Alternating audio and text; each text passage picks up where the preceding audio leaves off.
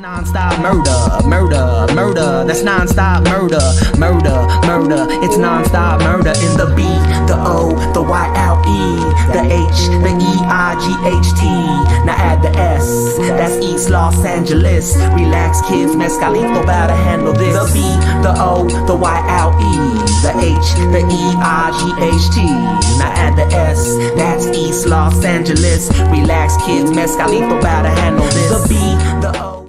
And welcome to the Drunken Sailor Show. The B, the O, the Y-L-E, the H to the E, the I. Yo, how many motherfucking fingers were blown off yesterday? I don't know. But welcome to the fucking Drunken Sailor Show. What's going on, my brother?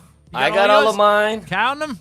Just watched. I saw that big fucking. Hold on, before we get into that, bro. I saw you with a fucking massive half a stick of dynamite somebody gave you as like a, here, go blow this up. Yeah, like, no, well, one of my bartenders, I gave up drinking for June, so July I kind of came back. So I went to my bar, my local watering hole. You know, what do they give you, a half a stick of dynamite for a welcome back gift? Somebody gave it to my bartender as a tip, but she was like, dude, this is ridiculous. This is way too big. And when she gave it to me, I thought it was going to be like a little firework. I was like, what the fuck? I put it in my trunk like a moron. I just left it in there for a couple days. I was like, yeah, I'll probably pop it off for July. The heat didn't fucking set that off, dude. I know. But I lit it. The videos on my Instagram, and yeah, that's not something you like should carry I was gonna around. put it up on the YouTubes. I was like, oh, I don't know if they'll flag that, bro, because it's fucking, you know, it looks like a half a stick of dynamite. I mean, it was pretty loud, man. I set up a couple of fire alarms in my neighborhood. I mean, I should have. Younger me would have probably planned to like bury it under something so it could blow up or whatever. But like, no, it was pretty fun, man. Later on that night, because I don't know, I just went out during the daytime. I don't know what the hell's going on around man. here. No smart man, you know. Yeah, I took a nap, and then my brother and his my goddaughter, a bunch of family members were out in the front yard lighting fireworks. I didn't even know, man. So I just went out there for a little bit, you know. Sounds fun, man. You know, as long as you as long as you don't lose the fucking 10-piece right here, bro. You're good. Yeah. You know, didn't you guys, the Giants, have Jason Pierre-Paul blow up his hand on 4th of July? Fucking retard, dude. Yeah. Fucking retard. Well, I remember last year you guys had some rapper. I think. Fucking fucking full 4 extra, I think his name was, blew half his fucking hand off, trying to throw out some M80s out the window of the car driving by. It's like, I mean, yeah, you play stupid games, you win stupid prizes, man. Bro, so, like, military doesn't even do that, bro. What the fuck? Yeah, but I mean, live and learn. I mean, I'm not gonna lie. It was a fun 4th of July, but I'm not, dude. I don't know what the hell's going on. What happened? Nobody's going out to the bars lately, bro. Like, the bars are dipping. Nobody's out drinking anymore, man. Bro, I think this generation, dude. Yeah, they did say this generation is the generation where they're smoking more weed and instead of drinking beer. Like, the alcohol concept in this country is going down. But it's not about the alcohol concept. It's about the camaraderie. Well, and consumption. I'm not consumption. Right, but it's more than that. It's the going to the bar and chatting with your friends, chatting with your bartender. Like, you know, for me, I call it therapy. Like, therapy is or bartenders are the drunken man's therapists, and I kind of miss that we're losing that little by little. It was cool because it's always like when we went out, man. I was like, yo, who the fuck are we gonna meet tonight? Yeah. You know, it was always never like know who you're gonna meet, right? And then like so you have a conversation. I remember a couple times I would meet a guy during a football game, and my girl's like, "You know that guy?" I was like, "No." I was like, "You guys had like a conversation for like 2 hours, like almost like you guys knew each other." Yeah, that's what bars and beer do. You know, you chat it up, man. But like lately, I don't know. I've been going to bars, clubs. Nobody's out, man. Nah, bro, I don't understand, man. This generation is fucking like, I'll just use an old word. They're wimpy. And I think they're cheap too. They don't want to spend any money. Like, and I get it. I mean, weed is probably cheaper than alcohol. Yeah. And you know, a DUI is not a fun thing. But I'm just saying, they're missing a lot of life by not going out and chatting with people. Well, are there no more like backyard get-togethers and shit like that or anything like, you know, like? I mean, there is, but I think like again, it's a lot of people are getting into like. I didn't mind when weed got legal. I didn't think people should have gone to prison. But I think now that it's legal, it's kind of like made it so easy that it used to be like, oh, you got some weed or you got some alcohol. It's boring now. I'll tell you right now. Yeah, I smoke weed because I don't want to say I'm addicted to it, but I just like just sitting there and just like watching TV on it. But yeah, it's fucking it's boring now. I remember the saddest day of my life was when I turned 21 and I was able to go buy my own bottles of alcohol instead of like trying to steal them or procure them sucked. like shady way. I know. I was like, oh shit, I could just buy it now. But it took away a little of the danger element, you know? I didn't like going to the bars when I was 21, dude, because I was like, bro, I was trying to get in these motherfuckers since I was 16. Right. Now I'm allowed in. I'm like, yeah. no. But it was what it was. I mean, I don't know. It's just, and I do notice that there's like it's just no people going out anymore, man. No, I mean, over here, there's still a lot of dumb fucks that go out. A lot, dude. Maybe I should go over there then. You know? No, you don't want... These are dumb fucks. These are dumb fucks, bro. No, you're an adult, genuine fucking regular dude who just likes to drink beer and have a convo. These are dumb fucks. Yeah. A lot of the times I go to this VFW by my house, and it's a lot of veterans, like older dudes. And I like having a conversation with them. Although, I'm not going to lie, I've been looking for a sign, because I've been trying to do that extra thing in Hollywood, a little acting. Yeah. I ran into this guy at my VFW, a former Marine. He just retired. I guess a couple years ago, I used to do an open mic here in Hacienda Heights. Yeah. And he saw me when I walked in. I was like, dude, I remember you. You're that sailor guy. I was like, yeah, what's up? He's all like, dude, a long time ago, you convinced me to do stand-up at your open mic show, and I did it. And after I did that, I kind of got into acting, and now he's an actor. He's an extra for a lot of movies. Oh, shit. And so he was telling me, yeah, dude, after that, I kind of started doing that, so like that, and I was like, dude, I was looking for a sign of what I wanted to do. So he showed me how to get onto one of these casting agencies for like background work. So again, you gotta open your eyes. You don't know what you might have done. So it kind of felt good. You gotta join that guild or whatever they call it. I think you have to guild pay. or something? You have to, not if you're an extra. Like that's if you're an actor. Once you get a little bit up there, but I ain't paying that shit right now because I'm not getting any work. But I think I'm gonna start doing that though, bro. I've been looking for a sign. I was thinking about either going back to school or just getting a little 9 to 5er. I think that'll be a cool 9 to 5er. Nothing too serious. Yeah, dude. I mean, fuck it. I mean, you're already halfway in there, bro. You're already fucking telling comedy. Oh yeah. You know, it's like acting's like like the fucking, the left and right hand. The left hand. And I just love watching people. I used to do it when I was younger. I remember when I was 21, 22. I think I was going to ELEC at the time. I think I might have been a little younger than that, but I was an extra. And I totally forgot that I did extra work. An episode of According to Jim came out the other day. I come out in the episode. I totally forgot. Really? I was in there. I was like, oh shit, I came out on a fucking TV show. I totally forgot about that, man. But it was kind of weird that it came out. I was like, huh, maybe this put that on the resume, dog. Yeah.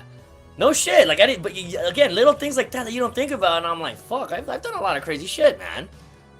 Bro, man, you gotta fucking, I mean, out there, dude, I'm just surprised that just ain't something that, you just, once you fucking get of age, you just go start doing.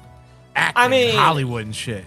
Well, I wanted to be a wrestler / actor / comedian. I just wanted to be in front of people. I like performing. I'm like a dancing monkey. I just need an audience. I didn't know what it was gonna do, but comedy is my thing. I think that's where I excel at. I did improv. I took a couple acting classes. The acting class, though, I'm not gonna lie, I took it with there was a Mortal Kombat the TV show on PBS. I remember that fucking Mortal Kombat TV show. It was good. Well, Raiden, the guy that played Raiden on that show, was my acting teacher. Really? Yeah, when I went to the LA Film School, he was my acting teacher, and a lot of students were going there for directing. They were trying to be either cameramen, lighting guys, grips. But you have to take a class called directing actors, where it's about how to talk to actors, because like you can't really be a dick and tell them how to do stuff.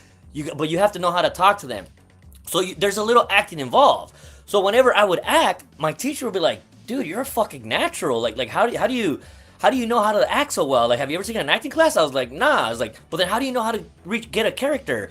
And I was like, "When you tell me to be scary, I think of The Undertaker. When you tell me to be crazy, I think of Roddy Piper. I just think of wrestlers that I watched, and I just try to mimic them." And he was all like, "That's fucking genius. The fact that you figured that out, it takes actors years to figure out how to get into character, but you found your connection." And he was like, "You're a fucking genius." And like, it kind of made me happy, but I took that acting class. Didn't think much of it, but that's when I also started doing stand-up, and I got a little bit more to the stand-up. But I think, like you said, they go hand in hand. I gotta do both. No, exactly. I took improv as well, but the improv classes were fun because it makes you think think quickly. But the only thing is that it's a group thing, and a lot of other people, they weren't that good.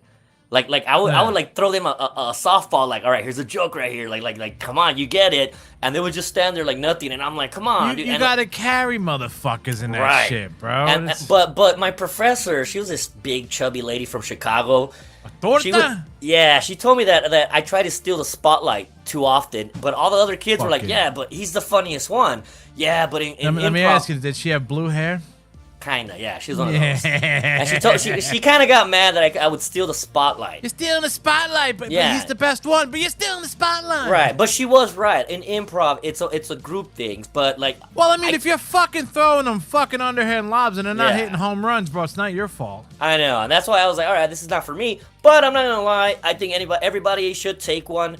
It does help out with your fear of talking in front of people. You know, like, I'm not gonna lie, I'm thinking about taking a speech class again. I just like staying busy, and anything that can help you out in whatever you want to do. I mean, granted, stand-up is my bread and butter, but a speech class don't hurt. Improv don't hurt. Acting classes don't hurt. And I hear all these other comedians talk shit like, oh, man, you're trying too hard. You're trying too hard. What's wrong with trying nowadays, man?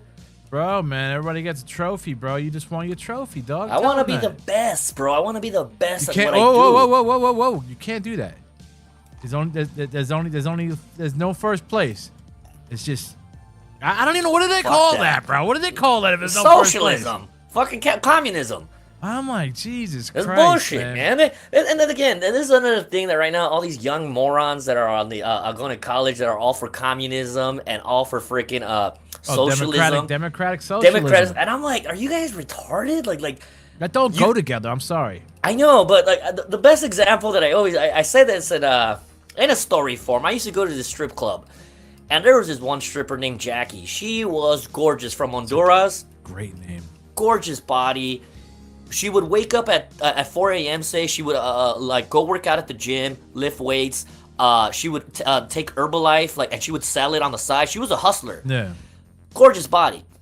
There was this other fat girl that we used to call Crisco, because her name was Crystal, but we used to be more like Crisco.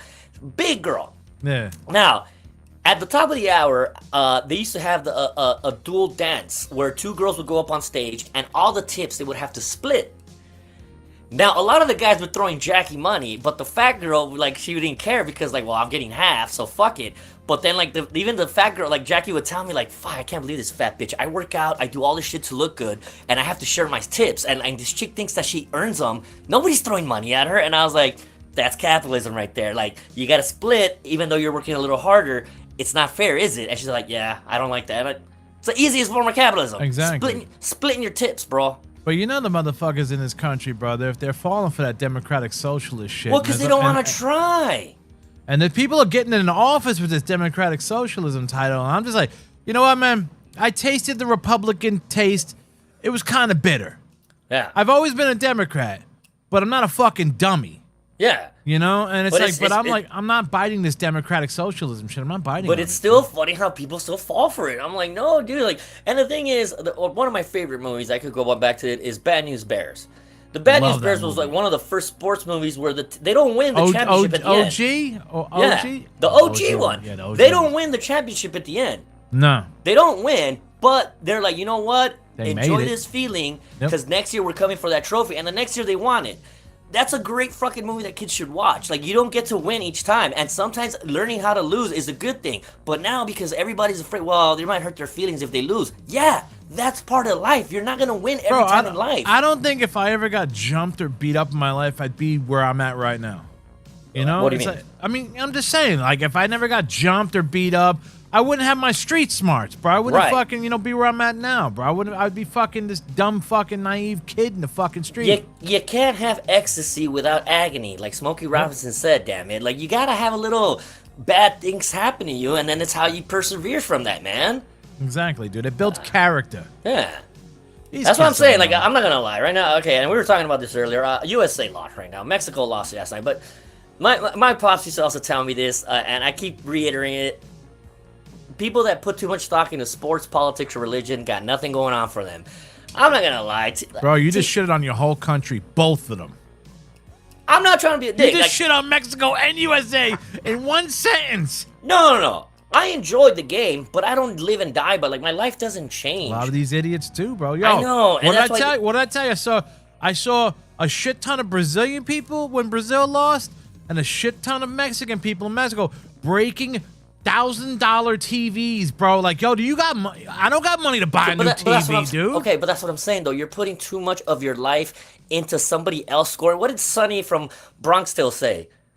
Like, you think if your dad was out of work, you think Mickey Mantle's gonna give him money for the rent? That's the way you should look at it. Like, you know what? I'll enjoy it. I'll watch it, but I'm not gonna. Did you see one of the dudes at the stadium, bro? The Mexican dude fucking almost had a heart attack, dude. They said, bro, when the fucking team lost. I'm like, are you kidding me, dude? I mean, it's fun. Just enjoy it, but don't be a dick. Don't be violent. Don't be destructive. Come on. Bro, even here in LA, they were having riots. Win or lose, they want to just riot. It doesn't matter. Southern Korea went back to fucking booze.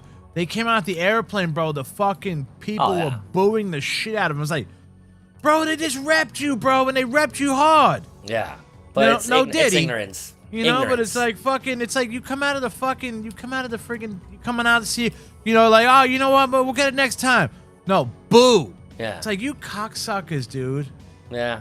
I don't know, again, man. that's what it is. And again, like, look, man, I just saw the Dodgers win the World Series.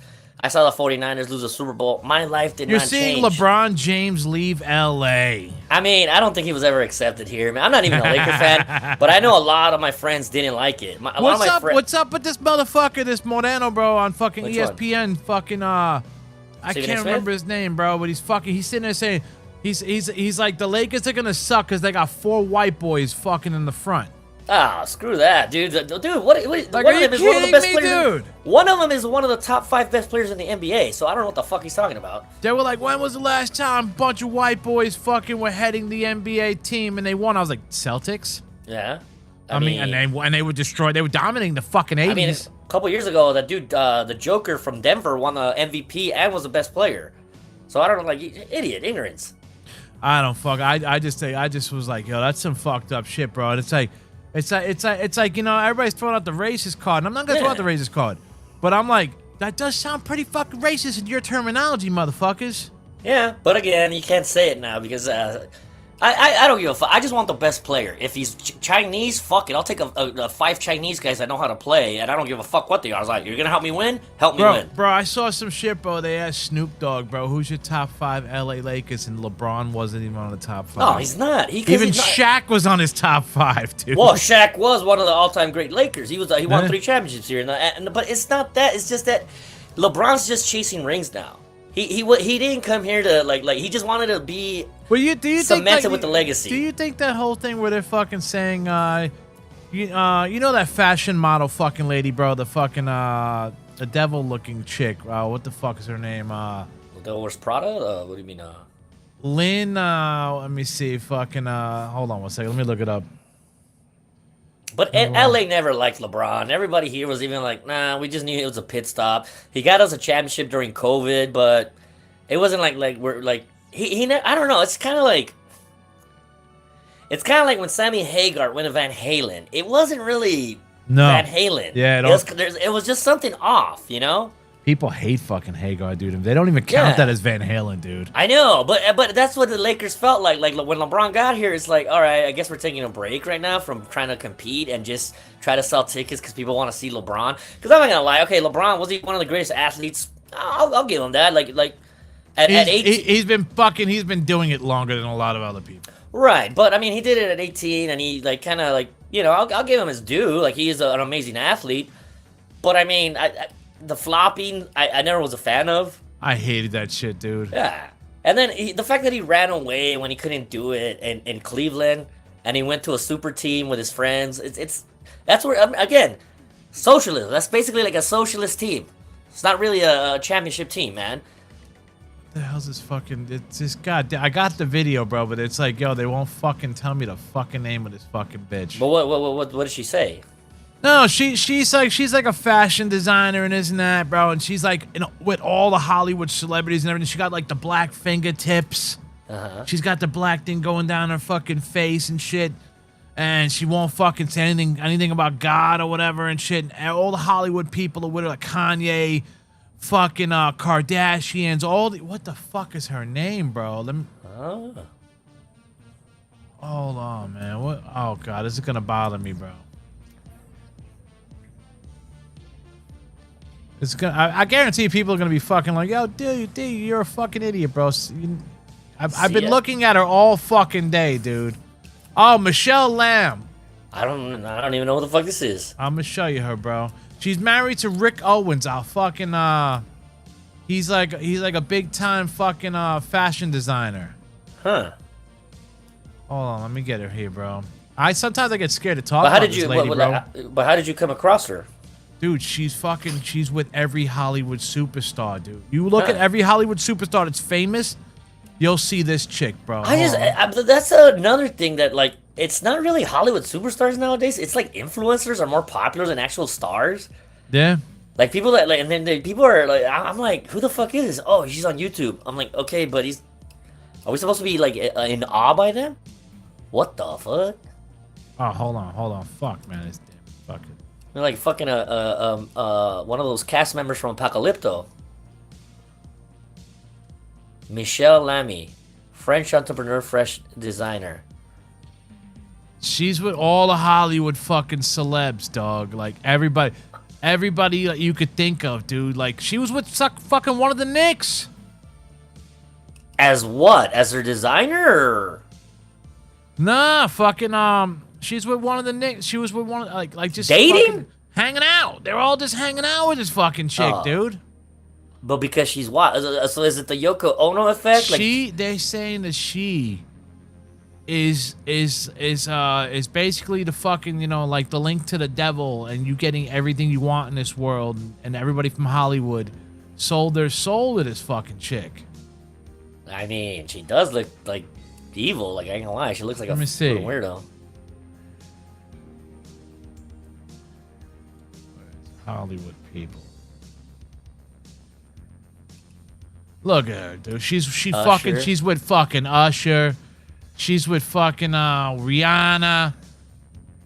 I mean, dude, the list goes on, bro. Who the fuck? But is it because there's certain celebrities that? No, dude. She's at every party. She's at everything. And then she was at a fucking concert or some shit, right? And this dude walked up to her, the influencer dude was like, God is good. God is good. And she just gave him like a dirty look, and security came up and was like, you can't say that to her. Like, yo, that's a fucking weirdo then. Bro, I'm telling you, dude, she's with everybody. Migos? Dude, everybody who's anybody's with this fucking chick, dude. Yeah, but remember, a lot of people were kicking it with Epstein too. So just because they're kicking it with somebody doesn't mean like everybody's kicking it with her, bro, is famous, and they all sold this. They're trying to say now. Let me get this off the screen here, man. They're trying to say that LeBron James sold his soul to get all these trophies and fame and all this shit, and to get all the #1 records and, like, you know, and this and that in the NBA, and they are coming to collect once he's done playing, and that's why he doesn't want to stop playing. It's like, bro, why are you still playing, dude?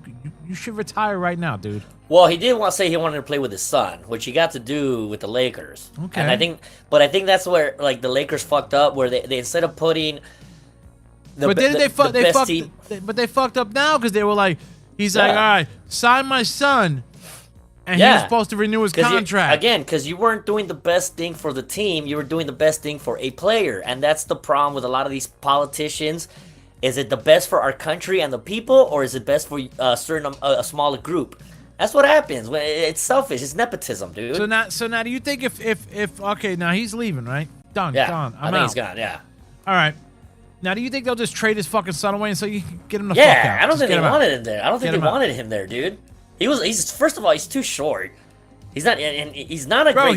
He's like your fucking he's like your average fucking bench warmer. I know. In the NBA, dude. 100%. That's why instead of drafting or getting a great player, they just wanted to appease one player, and that's when your team loses. That's when, like, everybody's like, all right, instead of trying to win a championship, we're just trying to make this guy happy. Like, no. It's dumb. I mean, other teams try to do that, and that's where they mess up. Bro, the Lakers started to turn out like fucking like the way like the fucking New England was, or like fucking or like Dallas Cowboys just catering to fucking one player or two players, just catering to their fucking one or two players. The thing about the Patriots actually won some championships. And you can't really do that, man. That's why I kind of can't stand when like they try to cater to one dude. It's a team sport, man. Bro, and even basketball, bro. Nobody's saying he's the fucking GOAT. Everybody's like, yeah, you got all the fucking titles, you got all the accolades. And that's why I'm saying, that's why I think he sold his soul to the devil. You got all your accolades, you got all your fucking titles, but nobody fucking cares about you. You got no praise. It's still Jordan is the fucking man and everybody. But again, because again, he did it when it counted a little bit more, simply because every time the game was on the line, Jordan wanted the ball, and sometimes people would say like LeBron doesn't want it. Kobe wanted the ball. A lot of people even say Kobe's number 2. Like nobody says LeBron. No, yeah, and that's another fucked up thing, bro. When they're talking about the GOAT, bro, a lot of people are like, yo, if you're talking about the GOAT, why is Kobe always out of your mouth?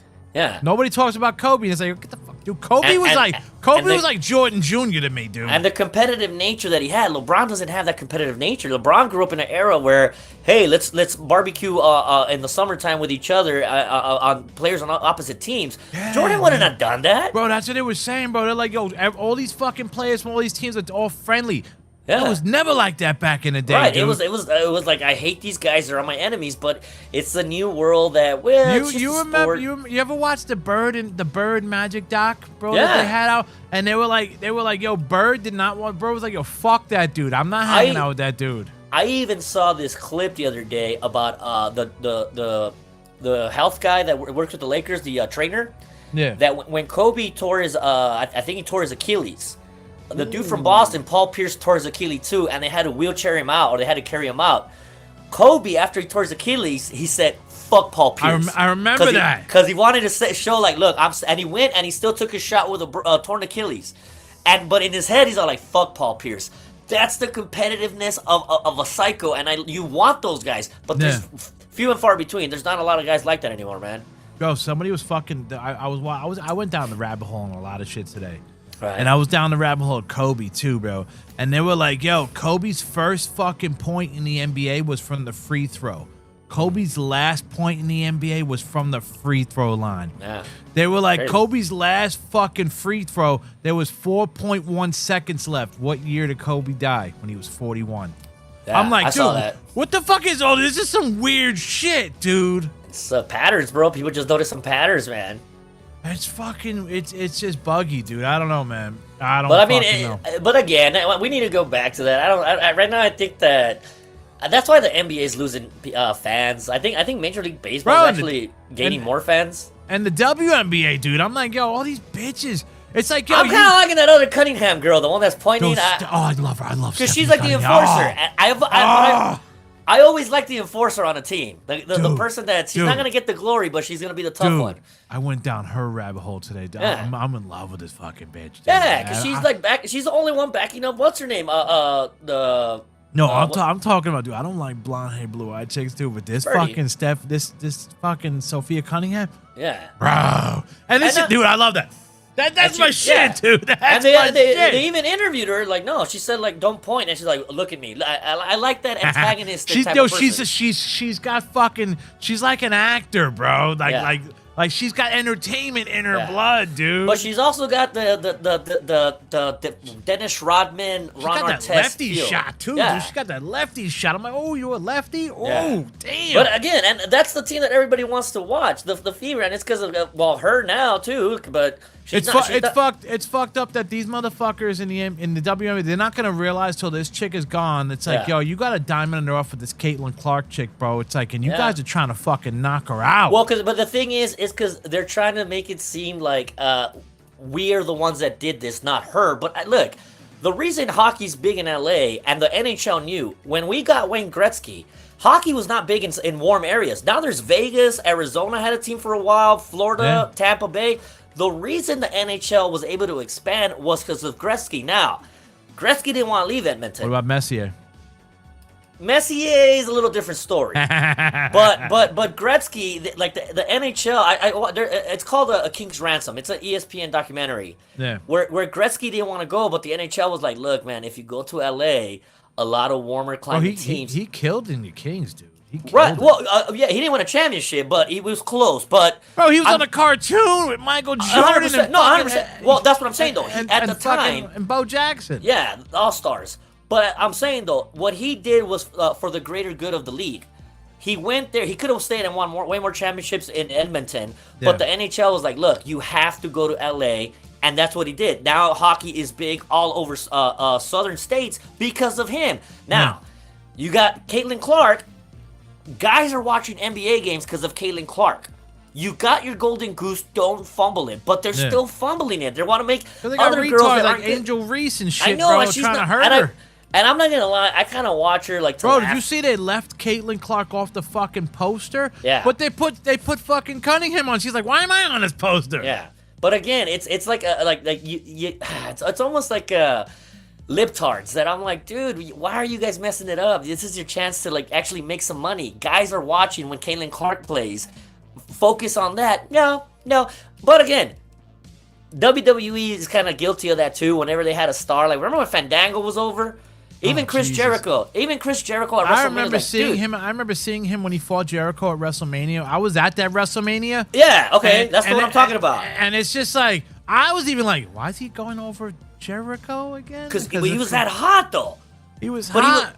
No, but I'm saying he deserved to get. He was hot. For a while, everybody was doing Yeah, the that dance. thing. Yo, the song was #1 all over the world. But on okay, iTunes. but even Jericho in an interview, I heard him like, I wanted him to beat me, but the WWE was like, no, he's and I'm like, dude, he's so over right now, he has to beat me. And they're like, no, we don't want him to beat you. You're Jericho. I'm like, yes, but you gotta get the next guy up there to keep this machine going. Yo, But he had that WWE awesome- doesn't didn't listen. he do that sometimes. awesome leg drop off the top? Yeah, that and then same thing with Mizdow.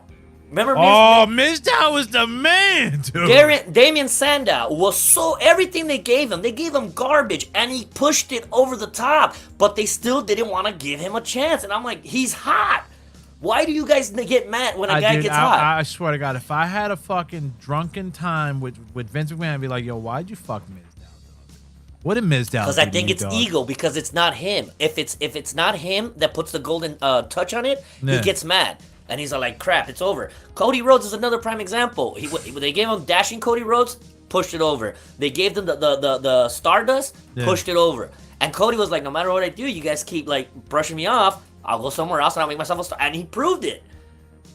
Oh, he's If you're not a part of what they made, they don't like you. A lot of wrestlers have said that. Yeah. Did you see who who left? I don't know if he left or if he's leaving. Who now? Sheamus. Really? Why is that? Gone. I heard he's fucking gone, dude.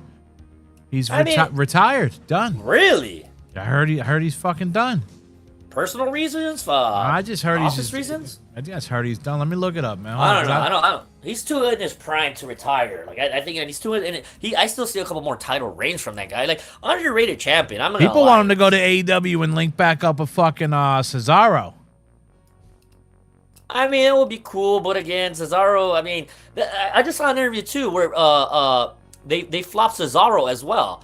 Like even I think it was Paul Heyman was like, dude, that guy was over, like so over in WWE. Yeah, and the other WWE thing Cesaro didn't have. Oh, he couldn't Mike talk. skills. That's what they said. They should have gave Heyman Cesaro, and he would have pushed Cesaro to the top. But Heyman should have had a stable, dude. 100%. He should have had a fucking But stable, dude. people forget how over he was as well, man. And that's what I'm saying, though. If you're not a corporate Remember when tool, Cesaro's fucking teeth went up his fucking mouth, dude? Because when he hit his fucking. It was fucking Seth? It was them versus the Hardys. It was him and somebody else versus the Hardys, and he hit his fucking face on the fucking top of over the turnbuckle, and people thought he knocked his teeth out, but his teeth went up his fucking gums, and when he went backstage, they had to pull him back down. I don't remember that. Fuck. Yeah, dude. Also, check too, that out. fucking I think fucking Jeff Hardy's fucking teeth fell out. Oh, wow. They grabbed him, scooped him up, put him in milk, brought him to the back, and when he went back, the dentist put them back in because if you kept him in milk, it kept him alive. And then fucking when he went back, they got dentists on fucking. I know. That's point what, I didn't know right that. Man, that's pretty They interesting. got everybody back there, dude. Yeah, he Pretty fucking Cesaro's teeth, bro. If you watched that, I don't know what match it was, bro, but his teeth went up his. And when he turned around, he smiled. Everybody thought his teeth got knocked out. No, his teeth went up his fucking gums, dude. Oh, dear. Let me see. We got some Sheamus news right here, bro. I got the Sheamus news from Bleacher Report right here, bro. Let me get this Sheamus up. I mean, that's what we thought with Brock. I don't know. All right. New WWE rumor on Sheamus' future contract talks. Okay, another WWE veteran superstar is reportedly on their way out of the company. According to Fightful Sean Ross Sapp, Sheamus will leave WWE when his contract expires after he rejected a proposed extension on a restricted deal. I guess he's not taking fucking the pay cut. So he's not retiring, though. Nope, I guess not. I mean, Nah. I'm wrong. All right, but I mean, I still think he's got time. And plus, I'm not gonna lie, AEW doesn't really have any big guys like giant guys like that. He's only 40. He's 48 years old. Sheamus could be near the end of his iconic wrestling career, but he might still have one more left in the tank. He's got to do because he just got married. He's got AEW dog. And again, how many championships did he have? Because he was there for a while. I mean, Sheamus, dude. I remember when Sheamus came out and beat fucking Cena for the belt, dude. Yeah. He came out. I think I was there when he beat Bryan Daniels in like 6 seconds at WrestleMania in Miami. Dude, I went to that one. I worked his wedding, dude. At the hotel. Oh, you were telling me. I was, dude. Oh God, when I fucking walked up and I'm just like, doop, doop, doop, doop, doop, punched in, go to the car, open the door. I'm like, and he's looking at me and I'm like, what's up, Sheamus? Yeah, I'm like, that's pretty yo, tight. it's fucking Sheamus, dude. Not gonna lie, last week I did a show in downtown LA, and for some reason I just wanted to go check out that Pioneer Chicken. Yeah. As soon as I walk in, some influencer kid, I don't know who he was, but he was like, "Hey, you're the Drunken Sailor." I'm like, "Yeah, what's up?" He's like, "Dude, I've seen you kill. You were funny at a bar a while back." I was like, "Oh, cool." I got recognized, man. So shout out to that kid. I ended up following him. He had like 40,000 followers. I didn't know who he was, but dude, I guess you can't shave, dude. That's it. This might be the gimmick. I need to get some merch, bro. I need to get some merch going, bro. Bro, I'm telling you right now, yo, if you got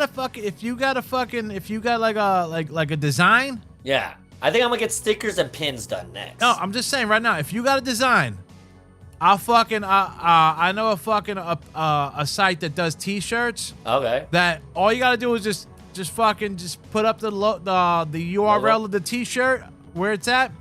People go, boom, buy the shirt, goes right into your PayPal or your Cash App. Support the Drunken Sailor. Yeah, and I gotta start being a little bit more looking at this as a business because it is a business. You ain't gotta sell them at shows. You can just be like, yo. Here, go to this website, bro. Buy it whenever you're gonna buy it. I also do want to do like a sticker with my QR code where like, hey, buy a veteran a beer. So people go send me a beer money, you know? There you go. They got fucking websites out, bro, that say, donate this to buy me a coffee. Donate this to buy me a beer, dude. Yeah. And again, I'm a comedian. I make people laugh. And sometimes people are like, dude, where can I get you? I'm not going to lie. I got a lot of people asking where I'm going to perform next. Do people buy you drinks, though, when you're fucking playing? Do they like, yo, man, get my man a beer? So a couple times at Sage and Whittier, it's when I do a lot of fundraisers. When I have a joke where I say that I'm easily manipulated, so all the single ladies, I'm gonna be at the bar if you guys want to come talk to me. And then after they come talk to me, but it's a little longer joke where I say that you need to hear the whole bit, but in basically saying that if you I'm easily manipulated, buy me a beer. But the other day, a girl actually, you're at the bar. Can I manipulate you in a drink? And I was like, yeah, go for it. Was she from Whittier, where the girls are prettier? Yeah, she's Asian, beautiful Asian broad. But I think she was just joking with me. She was just joshing with me because of the joke. But I'm glad she remembered, though. Hey, man. But no, it's because there's a couple guys out here that they have their shirts, and there's this one guy that he goes by they call him Subway.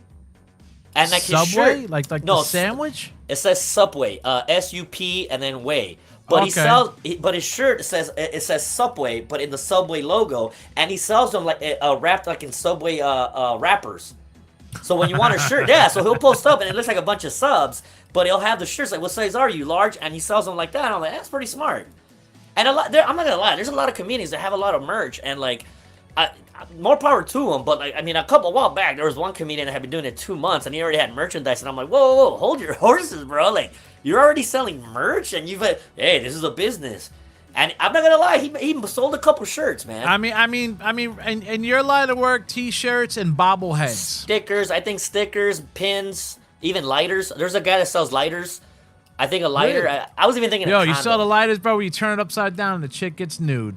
There Well, you go. I was thinking, even condoms. Like, you don't know, but like, there was this one comic. His name was Kool-Aid. He's this big white boy from Vegas. Kool-Aid? Yeah, his name's Kool-Aid. He's a funny dude. He's funny as hell. Big wrestling fan too. And Oh, shit. I don't know. He reminds me of me because he's into everything that I like. Garbage Pail Kids, like stupid wrestling, like stupid bands. Like, I don't know. He's just a really cool guy. Yeah. But this one time he did a show at the Inland Empire. After his set, he told everybody, I'm gonna be in the back selling some stickers, and he had a couple stickers, but he was just taking donations. Yeah. Motherfucker made like $70, and some people are only taking one and giving him like $5. Look at that. Other people, yeah, and like he was like, bro, you just made like $70. I'm like, yeah, like you don't have to give me anything, but I just put it out there, and I that's my dinner for the night. And I'm like, Bro, fuck. if you want, I'll send you a fucking link, bro, for fucking for the stickers. I'll send you a link for a thing where you can, or if you know so, you probably know a fucking spot. The stickers and pins, I've done them before, but I just gave them out. I didn't really push the selling part, but I think I need to do it. I did do a couple shirts a while back, but I just wanted to see if I could do them, but I didn't really do the math in my head of how many I have to buy in order to make a profit. Like I gotta do the business side, which is numbers, which I don't like doing numbers. That's why I need to get somebody else to do like, hey, just tell me how many I gotta buy so I can make a profit, and then tell me where I make the profit. But I have to start thinking like a businessman again. Yeah. That's not what I want to do. I never wanted to be an accountant. You got it, bro. You got to be your own Paul Heyman, dude. Yeah. I did do a show for a homie, too, the other day in Pomona, and on the hood side of Pomona. And not a lot of people turned out for it, but I'm trying to make it into... I'm trying to help out my There's homie. a hood side to Pomona? Oh, Pomona's ghetto, bro. Really? Yeah. Like everything in California to me has such a beautiful name. I never picture it being fucking ghetto or hood. But that's why they give it the beautiful name. Like Hawaiian Gardens is not that beautiful in an I would have fucking thought if you say Hawaiian Gardens, I'm like, I'm moving in. That's what I'm saying, though. But no, Hawaiian Gardens is not that nice. It's next to, like, basically kind of close to Compton and Long Beach. Compton was beautiful when I went there, dude. Well, Alphabet's there's certain pockets. The Fruit Town part where Mario lives, that's beautiful. Certain areas, 100%. But there's certain spots that you're like, I would not want to be caught here at 12 at midnight. Oh, you know? no. When he took me to the border of Compton and Watts, bro, we went to get those banging-ass tacos. I was like, yeah. No, I didn't know you. I would not be here. I remember a while back, one of my homies, Marlon, he passed away, R.I.P. He wanted to take me to a taco spot on Holt, and I was like, why do you want to go to Pomona? Oh, these tacos are good. I'm like, okay. Tacos are all right, but the reason he wanted to go is because he wanted to heckle hookers, because in Pomona, I guess Holt Street is where all the hookers are at, so he's like, oh, let's go heckle at them. And we were just shouting stupid shit at them, like, hey, like I don't know, we were just goofing around. But I was like, this is what you wanted to come? I was like, yeah, I was just bored. And he lived kind of close to out there, so I was like, all right, fuck it. He was nervous of one of these fucking bitches to pull out a pistol or something and shit. No, because sometimes they'll pull out her titty or something. They'll be like, hey, like hey, let me see a titty. It's like little kid shit. But like my buddy, he passed away a while back, but he had a kidney disease or he needed a kidney transplant. Yeah. So he would get infusions like 3 times a week. So like he little things that made him happy. I was like, I'll make you happy, bro. Let's go. Bro, I remember seeing hookers in San Bernardino, dude, when I used to work out there. Yeah. Oh, I mean, who the fuck would fuck some of these bitches, dude? Is what I kept thinking. I mean, I was like, God desperate, damn, bro. What were they called? Lot lizards? Like a lot of truck drivers? You know, a lot of dudes that are just like, fuck it, I just need to get my rocks off, you know? But, dude, I remember the funniest encounter I had with a pimp. I was coming back. I was delivering medication all over SoCal. And this one time I did the same job. I liked it. Oh, did you? It was fun. Yeah, it was fun. I liked it because it was at night. Like no traffic in LA. So I was like, fuck. All the people are already home, so there's no traffic. Yeah. So my last delivery stop was in National City in San Diego. Now, National City is kind of a hood area as well. I lived in San Diego for a while. I consider National City kind of like the Compton of San Diego. It's a little hood. So I stopped to get gas because I had to get gas to come back to LA. Yeah. I stopped at this AM/PM, and I saw there was a couple hookers. I saw a pimp on one of those hoverboards.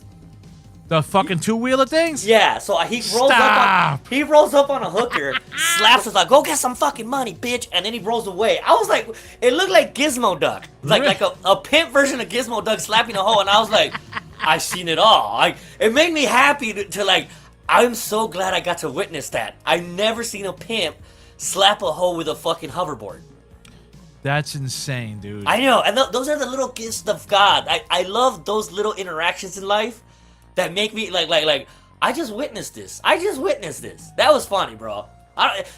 No Hollywood writer could think of something like that. See, that's a Hollywood pimp. That's a Hollywood But ingenious. pimp, bro. I'm not gonna walk. I'm gonna fucking but I thought that was just funny, bro. I'm just gonna hoverboard up my bitches. Funniest thing I ever seen, bro. Again, I was just in awe. Oh man, let me bring a little bit. Let's do a little bit of this, man. I wanted to fucking Let's do it, man. Like, I hope they don't fucking shut us down. Let me see. What? For what? Why would they shut us down? Nah, you know, because we're helping the people. The we're news channels and shit, man. I wanted to show, like, you know, some firework incidents. You know, like. But we're here to help the people. Our show is about helping the people. So, kids, this next spot of the show is to be careful when you got fireworks, because you might blow your freaking hand off. Let's do it right here. Oh, that was in a soccer stadium. Look at this shit firing at people. Yeah, you know what? On Saturday, my brother, idiot, he put two of they have those two cones, you know, where you put those really crazy fireworks, the balls that shoot up and explode like that. Yeah. But he put two of them close together, and he lit two of them at the same time. But when one shot, the other one tipped over, and it fucking shot into a neighbor's house. But does your brother not realize that some of those fuses go faster than the other fuse? He's an idiot. That's why I was like, you're a moron, bro. Let's check out this next one right here, man. Brooklyn Bridge catches fire. Oh, wow. That was real, dude. That happened. Because of fireworks? Yeah, dude. It caught fire, bro. Jeez, Luis. Did you ever see the San Diego, back in, I think it was 2012? San Diego was going to have a fireworks show, but when they were programming it, something malfunctioned where all the fireworks went up at the same time. No. That one was pretty funny. Google San Diego fireworks accident or something. Yeah, all at once. Fireworks all at once. So the moron that rigged it messed up because it was supposed to, you know, they're supposed to be on a timer. Yeah. But this guy just messed up, and they all went up in flames at the same time, bro. What the fuck? Yeah, it was supposed to be so it's supposed to be like just random shits, and then. It was supposed to be like a 12-minute show, but it literally everything just went up at once. God damn. Yeah. It looks like a damn they think something's cool happening. There's houses behind there, dude. Yeah. No, but I think they're in the middle of the ocean. So, but yeah, they fucked the guy that programmed it messed up big time. Oh, dude, you know they probably asked for their fucking money back, dude. I mean, again, that's funny, bro. That's funny. These people are just fucking retarded, dude. I mean, I don't fucking know, dude. I mean. How many fucking people do you think fucking lost their hands yesterday? I mean, I think lives, everything. Well, I heard there was a guy up here in L.A. I think San Fernando, if I'm not mistaken. Yeah. That shot a firework and killed a little 8-year-old girl. Yeah, what? I don't know. Yeah, I think I saw it on Instagram or something. But like, I guess they got him. Not to be an asshole, but it was an illegal immigrant. Wait, where was it at? I think it was San Fernando Valley or something. It's Los Angeles. I think it was Los Angeles. Some Mexican guy. I think he killed a little girl with a firework. Did you find it? Oh, fuck, man. Yeah, dude. Yeah, like, again, it's no joke, man. These fireworks are dangerous, man. And I'm not gonna lie, man. When I was a kid, I used to make my own fireworks, man. I used to get an empty 2-liter bottle. Yeah. I used to cut a little hole on the cap, put the lighting thing on there, the little flare, and then I would fill it up with the powder from the Piccolo Pete's. And then when you light them, it explodes like an M80, bro. Let me pull this up here. Local news. Here we go. We got an 8-year-old girl dies after firework miss. Oh, dude. Jesus Christ. That's what I'm saying, man. You gotta be careful nowadays, bro. Grainger knows that as an HVAC technician, the heat is on you every day. Grainger, get out of here. All right, hold on. Here we go.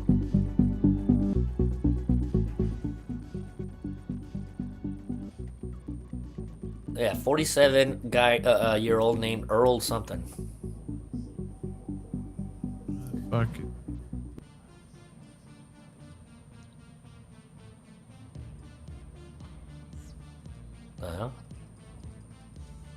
Here we go.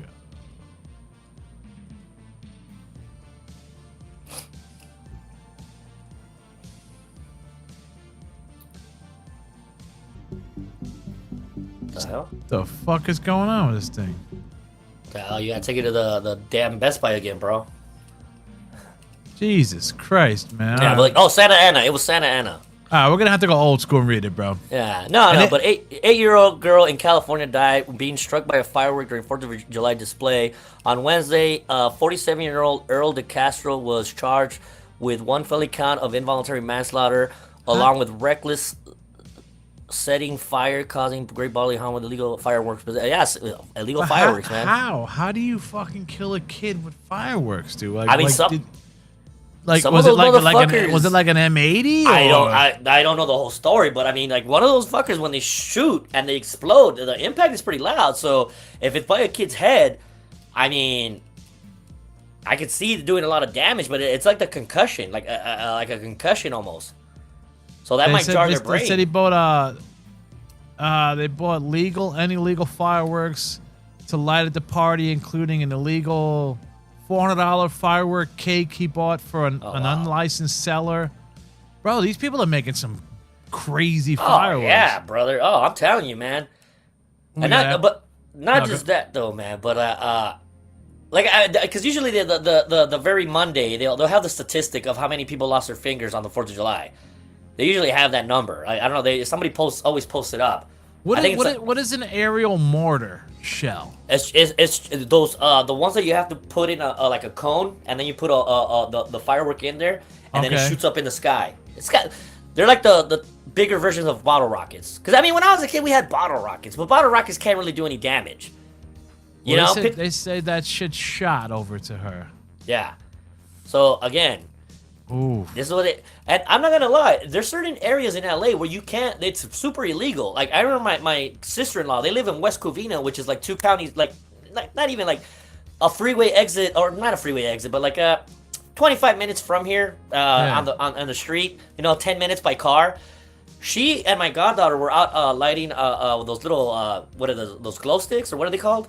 Oh, sparklers. Sparklers. And like she was like, no, we got the illegal kind, and the cop was like, no, all fireworks are illegal, and like even sparklers. Jerry Garcia he said on his podcast, one of his family members is out there. They got a fucking big ass ticket because he said, I don't know if he brought it or his brother-in-law brought fireworks. Cop came, bro, big ass ticket and shit. I'm like, really? Well, especially because after the fires, people gotta understand, like yeah, it's all in fun. But you gotta understand, like, because of the fires, they're starting, and especially in rich neighborhoods, they don't fuck around, bro. Yeah. Like West Covina, I would consider it a little bit more rich neighborhood. They don't want fireworks there because a lot of their houses will go up in flames, man. I could imagine that, dude. I mean, I would think that, like, if you did have fireworks, like, not even. I was gonna say if you had fireworks, have water ready, but that shit could just shoot a mile that way and shit, and start a fire somewhere else. 100%. And I'm not gonna lie, man. The thing that I always found interesting is that when I lived in Boyle Heights, one of the poorest cities in LA. For some reason, everybody always had fucking the best fireworks, man. And I'm like, we're in a poor area. How are you guys affording this shit? And like, people are just. I had a neighbor. He had a fucking cannon, bro. It was an actual cannon that you would put empty shotgun shells in it, and he would pull like a rope, and it would fucking shake the neighborhood, man. He had a fucking cannon, bro. Nobody said shit. Cops wouldn't come in our neighborhood, man. Cops were like, they're like, these people are gonna fucking kill themselves. Was it kind of like? Was your neighborhood kind of like what was that movie with Denzel in L.A. The Jungle? Yeah, it was kind of like The Jungle. A little bit further down, we thought we were better because we were 3 blocks away from that. So we're like, oh, we don't live in the projects. I'm like, the projects are like 3 blocks away. I remember one time, I think I told you about this. That wait, hold on, before you, would you consider the Jungle the projects? Was that? Oh yeah, was the projects. Yeah, those are like projects in Compton. Okay, all right. That's what the Jungle, like, we had Salazar projects. We had the our neighborhood was like, I remember one time, bro. I wasn't supposed to go to the projects. But one time, I don't know why, one of my friends wanted me to go down there, and we're eating Flaming Hot Cheetos, like walking down the street. Yeah. We look into the projects, which is like in a horseshoe. There was a guy with a ski mask shooting a fucking AK-47. And I'm looking at my homie like, bro, like, what the hell? Is like, oh, they're not shooting at us. Like, don't worry about it. I'm like, They're no, not like, shooting they're at like, us. I'm like, bro, like, this is normal down here. So like, yeah, it happens all the time. Like, but you get so desensitized. Bro, that's like Boys in the Hood. You want to see a dead body? Kind of, bro. God Like, damn. and we had, and I remember one time, I'll never forget too. Like, I remember my mom got mad at me because I told her I was gonna go to a liquor store, which was like a block away. Yeah. But I ended up going to the projects because I wanted to talk to this girl. And like, this girl was hot. And I was a little kid though, but that's how pervy I was that I'm like, oh, I'm gonna go try to talk to her. So I went to the projects. You know, I had to walk through a bunch of gangbangers. Like, they were just looking at me like, who the fuck is this fool? Oh. And they said, yeah. So I talked to her for like 20 minutes, and then I gotta go home. I left. The next day, my mom used to work at 2nd Street Elementary School. Yeah. That little girl's sister tells her, oh yeah, your son came to see my sister yesterday in the projects. And my mom's like, no, he didn't. Like, what are you talking about? And it's like, yeah, your son, he came to see my sister in the projects. My mom fucking beat the shit out of me, man. She's like, why did you go to the projects? I was like, what? I did it. She's lying. I'm like, she's saying that you want to go see a girl. I'm like, oh, fuck it. So It's that gangster over there, though? It used to be. Okay, so back in the days when the projects were there, because the project, I mean, you gotta imagine, it's people that are coming from like Mexico, and they're packing in maybe a 2-bedroom with like 20 people. So if you got like 8, like, you know, 15 to like 20-year-old kids, Yeah. what are they gonna do? They're gonna go outside. What are they gonna do? They're gonna join gangs because they're bored. They start doing this type of shit. So back in like I'm gonna say like 1996, 97-ish, they tore down all the projects. They tore them down.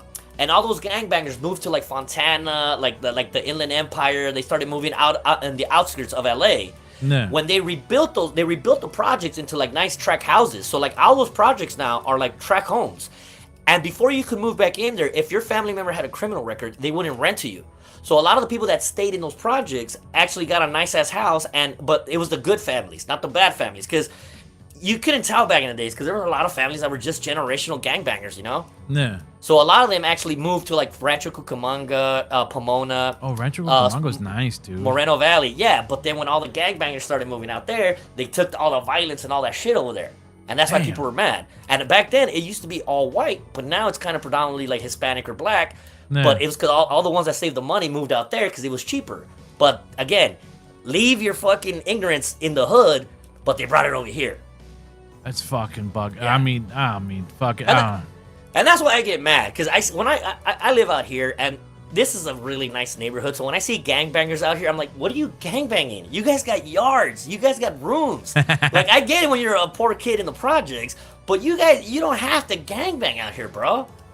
They're banging their fucking streets, dude. But I mean, okay, I'm not gonna lie. The other day we heard a guy say, well, what's this city over here next to Whittier?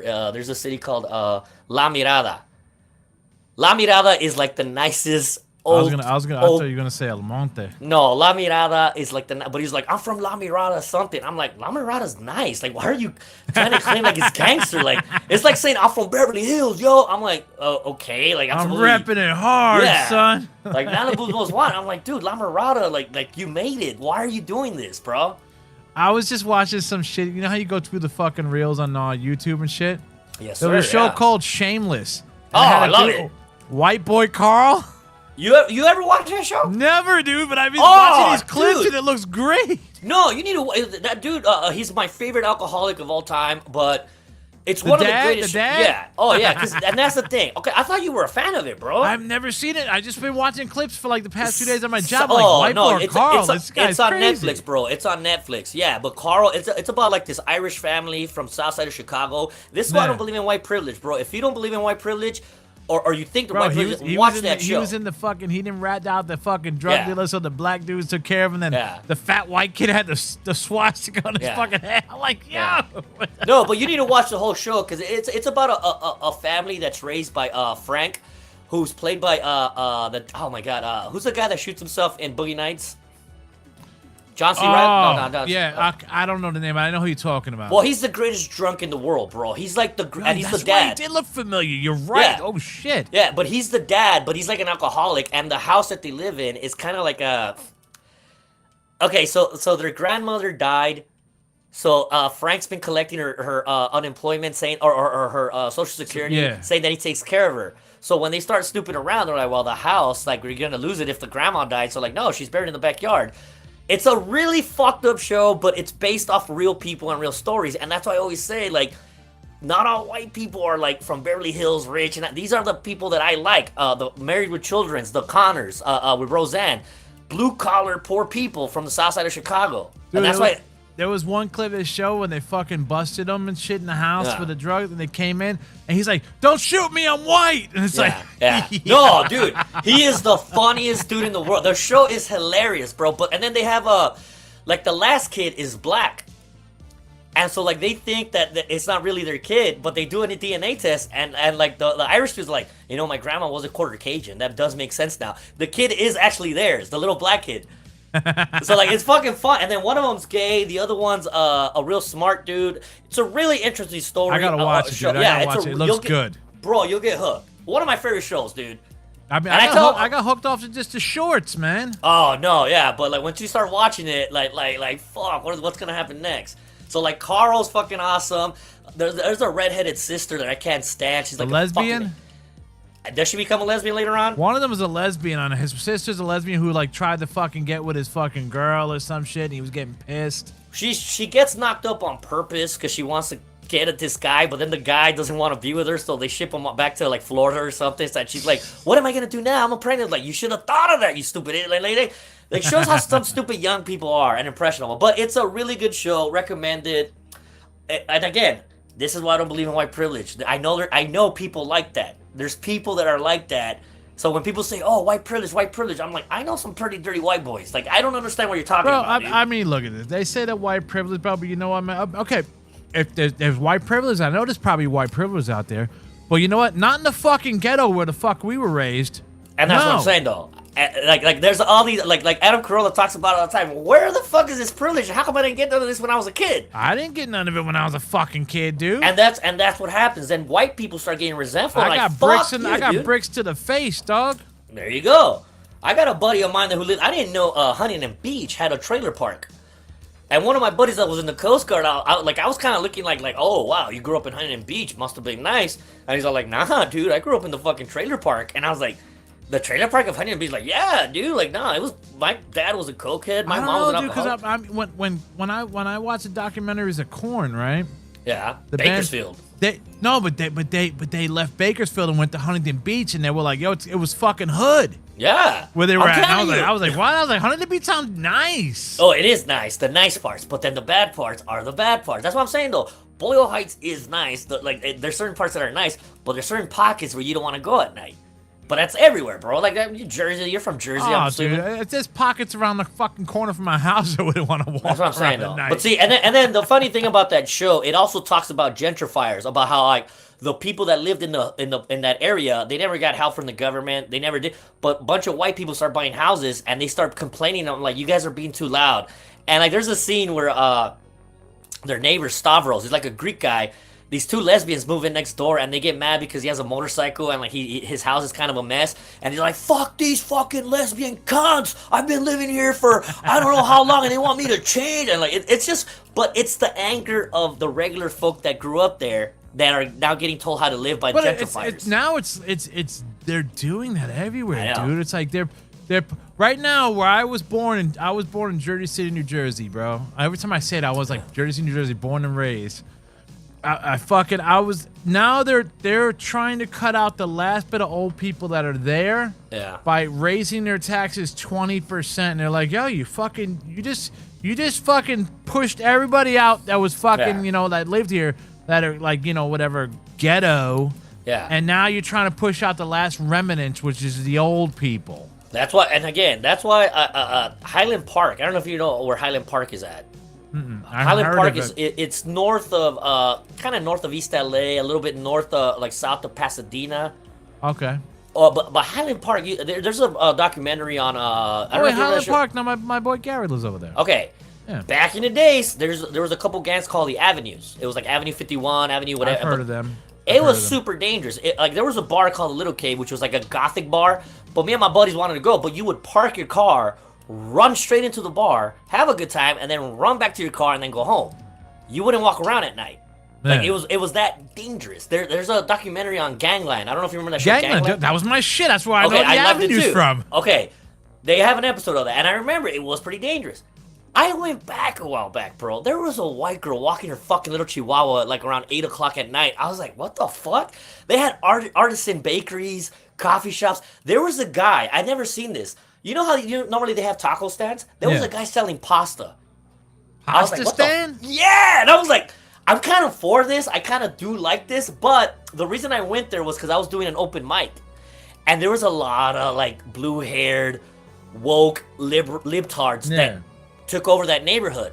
But there was a couple rowdy, old, chubby gangbangers, Mexicans that were there. So I started making fun of like you know, all you gentrifiers that are moving in here. When the people that live here are nice to you, they're only being nice to you, but they're fucking fake. Because as soon as you leave, they start talking shit. I know, because my aunt hates all of her fucking new neighbors, and all the regulars were kind of clapping, but all the gentrifiers were kind of pissed at me and looking at me like, don't get mad at me, bitch. Like. But that was funny. It's the fucking truth, though. Yo, yeah. I can't believe how a lot of places, and I mean, all right, man, being able to walk around at nighttime is cool. All the safe shit is cool. I don't know. But it loses its pizzazz. Yeah. You know, these places, bro. It's just like you're knocking the buildings down and you're building skyscrapers and shit, and it's like it just don't feel right. And again, I heard a lot of people in Brooklyn too that when they started gentrifying it. Oh yeah. And like people were like, "How come you guys didn't do that when we were living here? Like, why is it now that white people are moving in, like the Clintons, and a bunch of these people are moving into Brooklyn? You're fixing it up, but when we were here, you wouldn't fix shit for us." And part of the thing is that my dad says that's bad thinking by those people, because when you expect the government to take care of you, that's why the neighborhoods goes to shit. You as a person go out there with a broom, paint a wall. We should do that ourselves, and that's why my dad would take me to Asian neighborhoods and be like, look how clean their yards are. Look how clean their homes are. They have respect for their neighbors, and that's why they do it. I mean, they showed it at the World Cup, dude. Right, but we as people, and especially, I'm not going to lie, I'll throw it out there, the raza, like, we're kind of pigs sometimes. We come with this mentality like, somebody else will do it. Somebody else will do it. You got to do it yourself, man. I mean, like I always say, you don't shit where you eat. Right, but people don't give a fuck, man.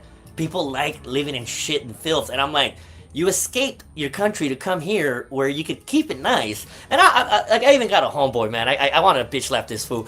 One time we were walking down the street, he opens up a lollipop, like a push pop or whatever, candy bar. Throws the fucking wrapper on the floor when there's a trash can there. I'm like, yo, bro, stop being a fucking pig. I pick it up, throw it in the trash. My friend, just to be a dick, goes in there and he throws it out and he throws it on the floor. Like, leave it there. And I'm like, what the fuck is wrong with you, bro? Like, you're a fucking moron. Why? Because people are stupid. People are pigs. And they don't understand that, man. Like, right now, I'm not gonna lie. When I lived in Boyle Heights, in my neighborhood, there was a lot of people that cared. That neighborhood, even though it was in the hood, we kept it nice and clean. I had my grandma's brother used to go out and mow the lawns. When somebody tagged up a wall, he would be out there painting it. We would try to keep it as nice as possible. Right now, there's a bunch of gentrifiers that don't give a fuck. Right now, it looks like a fucking shithole. It looks. I had cousins from Mexico one time come visit me, thinking, "Oh, here's Hollywood, you know, the ritzy guy." When they saw where I grew up, they're like, "Dude, we feel sorry for you, and we're still living in Mexico." And I'm like, "Yeah, like, I didn't get it blessed. Like, you guys think that I'm blessed because I was born over here." Once they saw Boyle Heights, they're like, they felt bad for me, bro. I mean, motherfuckers don't realize, bro. You know what I'm saying? Well, look at all the Indian people, bro, from fucking India moving to Canada and shit. Oh yeah, bro. and I heard Canadians are getting mad at them now because like they're dumping shit everywhere.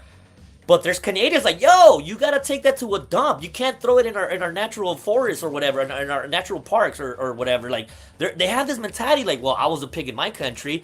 I'm gonna bring that over here. You can't. You gotta start finding them. You gotta start arresting them. Like you know. Making it pay, bro. Like we were just saying, dude, I don't understand why you leave your country, right? For whatever reason you leave, and you come over here and you want to change here into over there. Why? Yeah. Why? Ignorance, because they think, well, that's all I know. And that's why you gotta slap the shit out of some people. You gotta be like, no, you don't do that here, okay? Yeah, it's like, didn't you leave to get away from that? Why are you bringing it over here, dog? But and then again, it's a mentality. Like, there's this homeless dude. Every time I go for my walk, there's a homeless guy in my neighborhood named Teddy. Not a lot of homeless people over here, but he's like the one dude, and he's just a pig, man. He leaves a lot of shit all over the sidewalk. He sleeps like on a bench. His family's loaded. They're one of the richest families here in Hacienda Heights. Really? But for some reason, he just wants to be like that. He wants to live like that. And it's something in his head that's not all there. Is he a dope head or? I think he's just an alcoholic, but like he's super nice guy. I think he was one of the first guys I met when I first moved to Hacienda Heights. Yeah. And I remember we were playing basketball. Me and my little brother came to play basketball, and this guy's like, "Yeah, I'll be the third man," and we're like, "All right, homeless guy, whatever." The guy could ball. He was pretty good. I was like, "Oh shit." But he just loved me, and some of my friends know him. They grew up with him, and they're like, his family's loaded. He just likes living on the street. I can't understand that, dude. Again, I don't get it either. And it's a lot of these people that have that mentality. You know what, though? I bet you he wouldn't be living on the street if it was fucking cold. No, they still do. But that's the thing about LA. It rarely gets that cold, man. That's what I'm saying. Let him have a couple fucking winters from over there, Yeah. bro. See if you sleep on the street, then you'll be going back home real quick. But I still think that it's something else than the weather. They want to live like that. They want to live in squalor. I don't know what's wrong with them, man. I mean, is that the mission that they're on from the fucking beyond? It's almost I try to put myself in their shoes. I see. You know we're all here for a lesson. We're all learning a lesson. Right. Is that the lesson that they want to fucking learn? Is that the lesson they're learning? But at the same time, I could see that. Look, you're the one that's paying a rent. You're the one paying cell phone bills. You're the one doing all this shit. I don't have to worry about anything. No. And I'm like, yeah, okay, I get it. But at the same time, you like shitting in a toilet bowl with the door closed, or you like shitting in front of fucking gym? And it's perspective what you put in. I like eating a nice warm meal. You know, I remember one time, bro. I was coming home from a show in downtown LA. Bro, you like having cups of coffee as like Hacksaw Jim Duggan. Oh, hell yeah, bro. It was a fun 4th of July, like I said. But I wore my Reebok beaters, like my Reebok, the old school Reeboks. I wear those when I go walking a lot. So like I'm like, I'm gonna be in downtown LA. Who gives a fuck? I'm walking towards my car after a show in my old Reeboks. A homeless guy, a black homeless dude with Jordans, starts making fun of me like, "Hey, bro, what's up with them shoes? You gotta get some new ones. Those are whack." I'm getting into my 2018 Charger, going to my house, and this guy almost made me feel bad that I'm like, yeah, this homeless guy's making me feel like shit for having dirty shoes. I think my perspective in life is not based on shoes, bro. I think you need to get your perspective a little bit better, man. But this is what this guy was making fun, and the fucked up thing is he kind of got to me. I was like, oh man, they are kind of dirty, man. I should wipe them. A homeless guy made me feel bad, bro. What the fuck, dude? Yeah. Yeah, man. I don't fucking know, dude. And to me, it's like, what is a homeless dude doing with some fucking Nikes, bro? That's the other what thing. What the fuck I'm do you like, get some Nikes? I don't have Nikes. I know. I'm like, you got Jordans, but you're homeless. Like, but it doesn't make sense. And I don't. In this world, their status fucking their status is like kind of fucked up. Where it's like, where I'm like, that's what you care about? Your Jordans? Like, you're fucking gonna sleep with a bunch of rats. Probably get pissed on and shit on. But that's where your thinking is at. You're thinking. I got brand new kicks. I got new kicks that cost like fucking $2 in fucking China to make, you know. But I don't want a fucking house and a fucking door I can close to take a shit in. Yeah, but again, I still think about that day that I'm like, wow, this guy really had like he needs to get his goals or into perspective or his wants and needs, bro. Because I was like, but the fact that he still got to me though, that I was where does he get the fucking balls to fucking sit there and say that? Right. But the fact that it got to me a little bit, I was like, oh shit, man, maybe he is right. Wait a minute, no, he's not. Fuck you. Like, did he expect you to turn around and punch him in the face? Like, what size are you? No, it's just, man. I always think about that, like, wow, like maybe he knew you were a comedian. He's like, let me out fucking joke the jokester. But there's a lot of people that have that mentality, and I get the freeing part. That wow, I'm free, nothing. I'm not materialistic. Like, I'm not gonna lie. I just bought the Dudley Boys and Yokozuna Funko Pops. Okay. I bought it. WWE had a 60% sale. I collect the Funkos. Am I weak because I have a collection of them? Does that make me weak and him more free because he's not attached to anything? Don't tell me that while I look around my whole collection. No, I'm like, fuck, you might be right. Okay, but there's something about that I find. That's why I like talking to homeless people. I go around and I talk to homeless people. I'm not above that. Yeah, but you know what? Let me said that you live life and you collect stuff, and when you die, you leave your stuff to somebody else, and that's their business, deal. But again, they're here to collect stuff. Are they ahead of the curve that they don't need anything? But I just find that philosophy of minimalist. Maybe they need the one thing they don't have. And John Lennon said it. All you need is love. They don't got that. I don't know if that but people tell me that guy's family's pretty loving, that they're pretty good, that they've given him chance after chance, but he just loves. He might just be a fucking drunk, like you said, dude. The drink's got. Okay. Yeah, but the drink don't got control over you, my brother. You could stop the drink whenever you want. You proved it. Yeah, I just did do 30 days. I'm not gonna lie. I'm thinking about doing it again. I kind of felt good. I'm lifting but again, but my job is to help those type of people, though. I do want to help out. I'm not a fucking. Have you ever talked to that fucking with the? Yeah, I talk to him all the time. I sit down every time I go for my walk. I'm like, hey, what's up, Teddy? I fist bump him. I just tell him what's going on, man. Like last time I gave him some waters because I parked and he was outside of I gave him some water and I think I had some protein bars in my trunk. Yeah. And I was like, here, and I think my is he old or is he young? He's like an older guy. He's probably like 55, 60. All right, so he's a 70s kid. Yeah, but I don't know. It's just again, I don't know if they never taught him how to fish, and I never get mad and then again, I watched this documentary once about like this homeless lady, and she talks about like the reason she's a heroin addict and a homeless person is because she got molested when she was a young girl, and you don't know the effects of that. That's why I don't judge, because you don't know what somebody has been through. You don't know what caused them to fall down that way, but. I've also met a dude when I went to in downtown LA by Skid Row. There's a place called the Midnight Mission. Okay. It's a mission and it's a place where they don't want to keep these people there. They do want to turn around and help them. but there was one guy that started working there, and he said I was homeless. I lost my job. I was living out here on Skid Row, but here I got my resume. I got a couple razor, a suit. I ended up interviewing for a couple jobs. I got clean. I started going to NA. I got my shit together, and now he works there trying to help out other people. So there is a light at the end of the tunnel, and I want to that's our job, to help out other people. But that's if you want that light. And that's the thing. Same thing with an alcoholic or a drug addict. You have to want to change. You can't just keep doing the same thing over and over, expecting different results. And that guy did the change. Like, no, I didn't know I was an addict. That's why I have to go to meetings. That's why I'm trying to help. Now I have a purpose to help people that were like me. And again, for me, I was a sailor. I was a little depressed. Didn't know how to deal with depression, and I think my job in this world is to help out men like me that don't know how to ask for help. Hey, you're not weak if you ask for help, man. I get it. Like, oh, come on. I needed it because I had a fucking breakdown. I had a buddy of mine, R.I.P. Greg Loya, he was stressed out, ended up taking his life, and it pisses me off because he's a good guy. He was a good guy, and again, I don't know if he just didn't have the tools to cope with some of the stuff he was going through. For me, I love lifting weights. I fucking love walking. I love doing stand-up comedy. We're all hamsters. We're all looking for that hamster wheel. No. I enjoy a little cocktail here and there. I'm not perfect. I'm not trying to be, but I've had a few friends who took their lives, and I've never understood why, because I overly love being alive and being here, dude. But sometimes, again, you don't know what some people are going through, and that's the thing that I'm trying to get. And I've been there. When my mom got sick, got diagnosed with Alzheimer's, I felt like a coward because it was my job to save her. I felt hopeless. I was like, I can't save her. Like, it's my job. Like, Lamar Odom, poor Lamar Odom. A lot of people don't know that. He lost a kid, one of his kids. I think he The basketball player? Yeah. Remember he got into drugs and I thought it was just because of the Kardashian chick.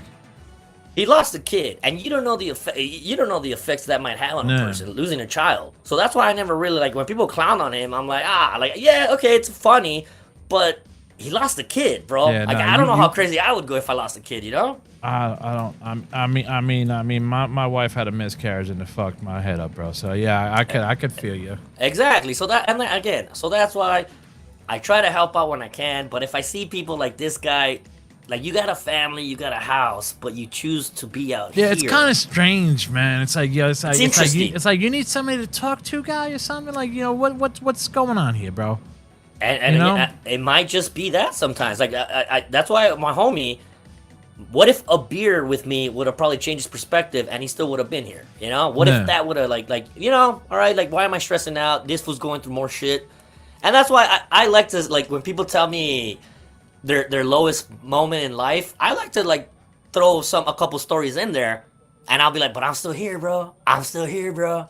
Yeah. I've been in rehab twice. I've been in a psych ward, but I'm still here trying to make a difference, man. That's it, bro. Let me fucking. I mean, it's like you said, bro. We'll never understand, man. But in my point of view, bro, it's better to be here than not be here. Right. And again, but there's, You know? again, you don't know somebody's low points, what they're dealing with. And again, for some people, for me, again, I love everybody, but you need to find your hamster wheel. Whatever it is, find that hamster wheel to make you keep your mind busy. I think when you have too much time up here, that's when you like start overthinking, overanalyzing, and nothing makes it happy, man. You'll turn into Tony Khan. Yeah, well, I mean, Tony Khan or freaking Bourdain. Bourdain had the fucking life, traveling, eating, and he still wasn't. There was something missing. I don't know, man. Sorry to get a little deep there, but I think we needed that. It happens, still, man. It happens, man. Wait, what were we bringing out Tony Khan for? What did he do now? Tony Khan. This will be the last of this. This will be the last we're talking about. Tony Khan turned down buying TNA. He said the library's great, but I don't think we need it. Turned down buying TNA. I mean, want he's to buy that it. fucking loaded? Dude, Tony Khan, dude, they fucking, he owns the fucking Jaguars, right? The Jaguars and the fucking football team and fucking I over didn't, here. yeah. Bro, they shit money. So, but again, it's becoming like that. What he's doing, he's just Bro, he shitting money. he bought ROH like nothing. He bought ROH like it was fucking like he bought ROH like it's me and you going to buy a 40, dude. And I think it would have been a smart move because if he does buy TNA, gets their library, he could also like I mean, kind of use like be the next WCW. See, and, his problem is, bro, is that when he bought ROH, he should have kept it as a separate entity. Yeah, he didn't want to do that. You know, and then just like with fucking TNA, keep it as a separate entity. Like you got 3 businesses right there.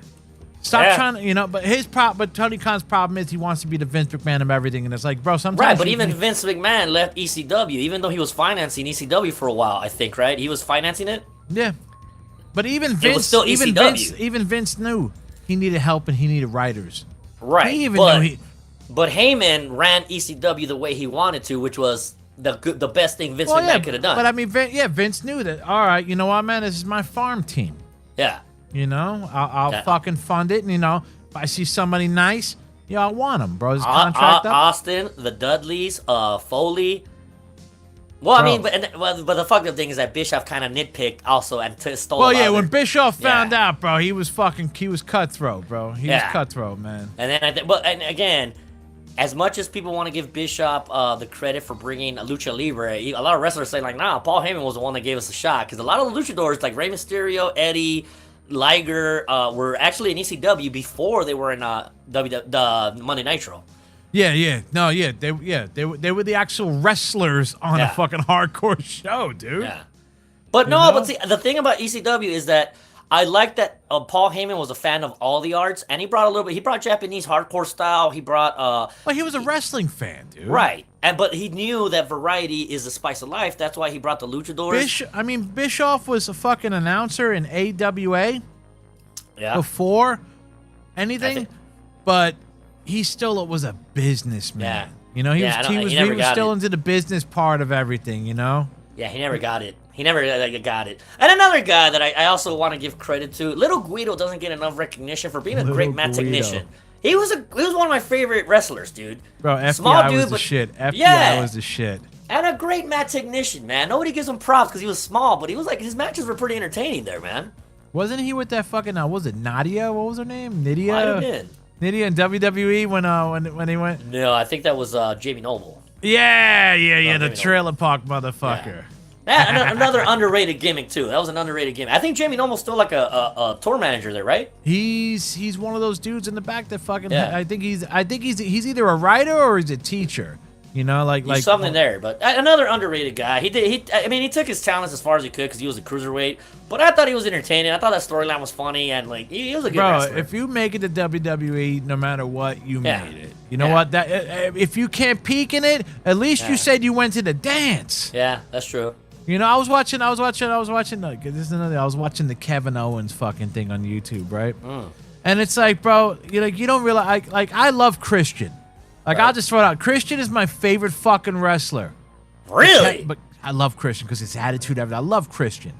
Christian, I'll always keep saying Christian's the greatest fucking wrestler to come out of Canada, next to Kevin Owens. Kevin Owens is my number 2, dude. I love him. KO's for the big boys. You know, KO's like, he's like one of those 250-pound boys that could do moonsaults and shit.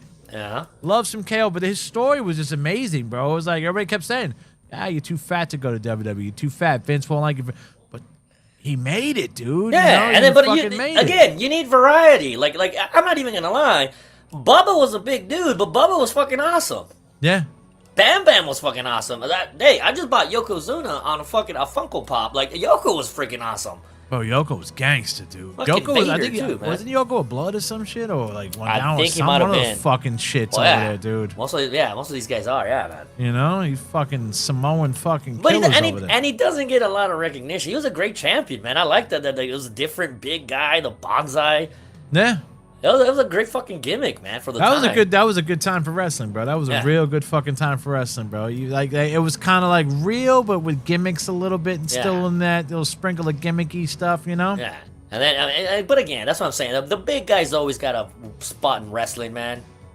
Well, I mean, now everybody's like, Well, it's Sami Zayn's like he looks don't- like me, dude. I don't care if Sami Zayn has a title. I just don't like it how they made it like I think it's a transitional champion. Like they just they So who's gonna win it they next? did a Jinder Mahal thing on him, bro. So is Gunther taking it next? Or Well, taking no. Cody got the next shot again. Cody beat the Yeet Man Okay. for the #1 contendership. So I think the next pay-per-view, whatever the next pay-per-view is. SummerSlam, isn't it? No, there's another one. What? July. Oh yeah, you're right.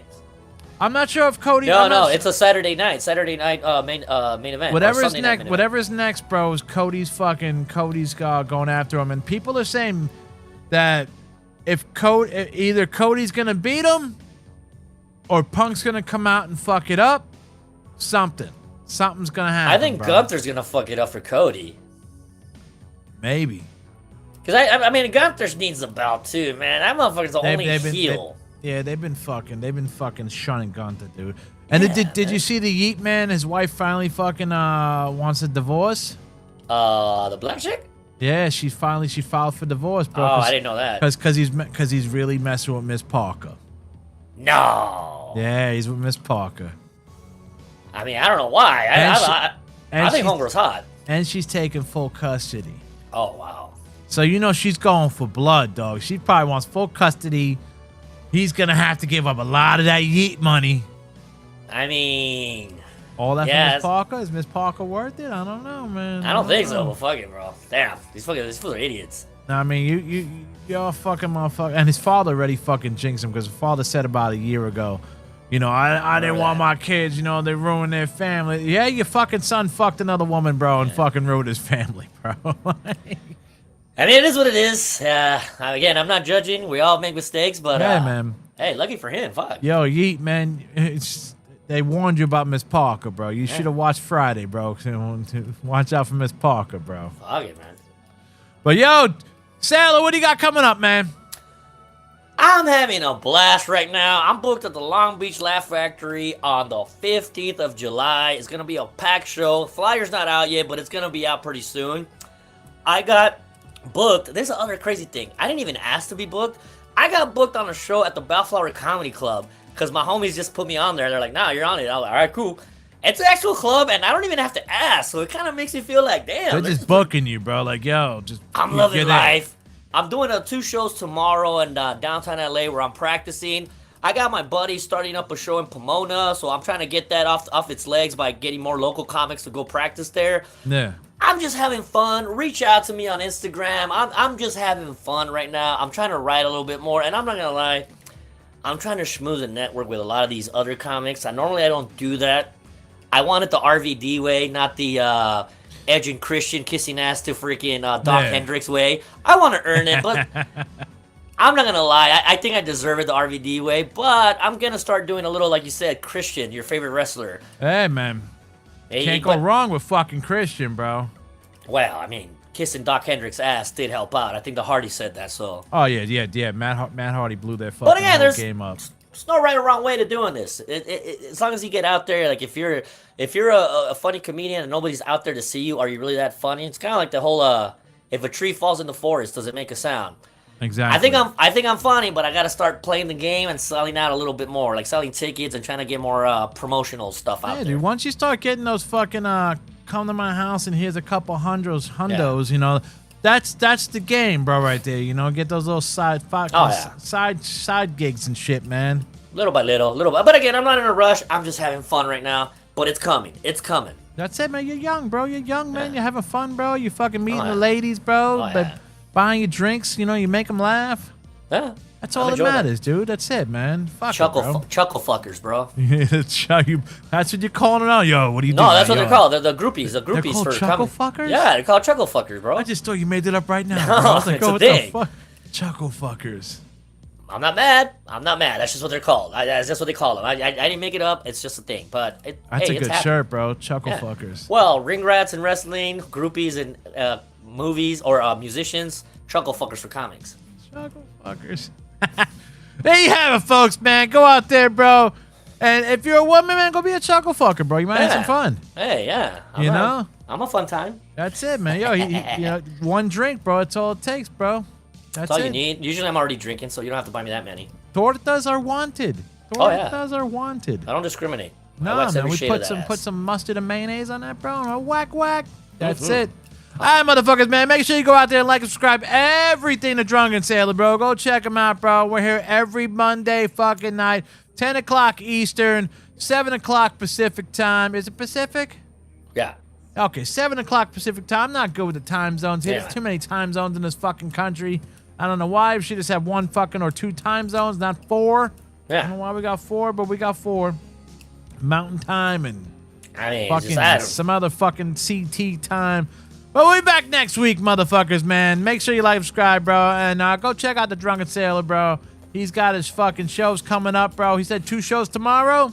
It's an open mic-ish type of show, but yeah, downtown LA. I'll post the flyers up right now, but you just gotta get practice, man. I tell everybody, practice, practice, practice, bro. That's it, man. Practice makes fucking everything fucking perfect, like Kurt Hennig, bro. Yes, sir. See you guys next week, bro. Laters.